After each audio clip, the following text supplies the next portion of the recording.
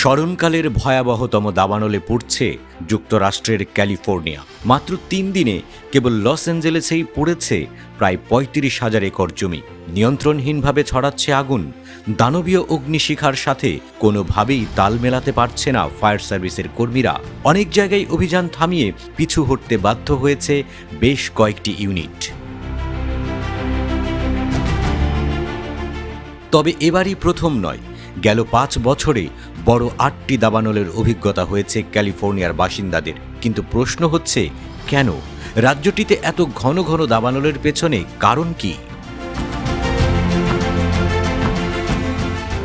আবহাওয়াবিদরা বলছেন, ক্যালিফোর্নিয়ার দাবানলের জন্য দায়ী বিশেষ এক জলবায়ু ঘটনা, যা স্যান্টা অ্যানা উইন্ড হিসেবে পরিচিত। কেউ কেউ আবার একে ডেভিলস উইন্ড বা শয়তানের বাতাস বলেও আখ্যা দেন। কিন্তু এই স্যান্টা অ্যানা উইন্ড বা ডেভিলস উইন্ড আসলে কি? আবহাওয়াবিদদের মতে স্যান্টা অ্যানা বিশেষ এক ধরনের শুষ্ক, উষ্ণ ও ঝোড়ো বাতাস।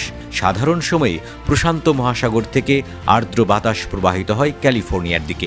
মূলত উত্তর আমেরিকার শুষ্ক আবহাওয়ার অঞ্চল গ্রেট বেসিনের বাতাসে উচ্চচাপ তৈরি হলে ব্যাহত হয় এই স্বাভাবিক বায়ুপ্রবাহ।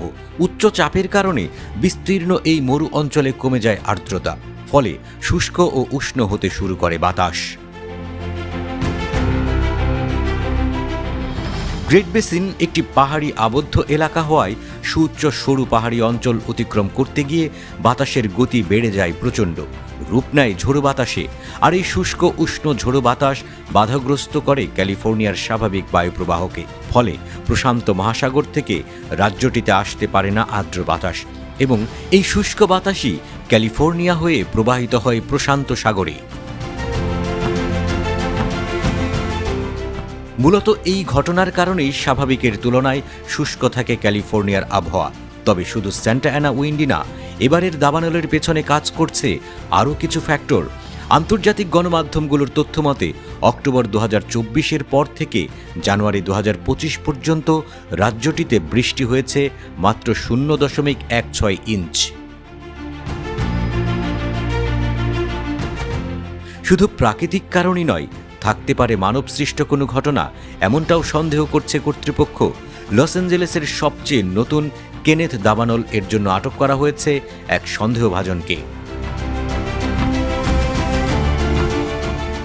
এবারের দাবানলের ক্ষয়ক্ষতির হিসাব ছাড়িয়ে গেছে অন্য যে কোনো দাবানলকে।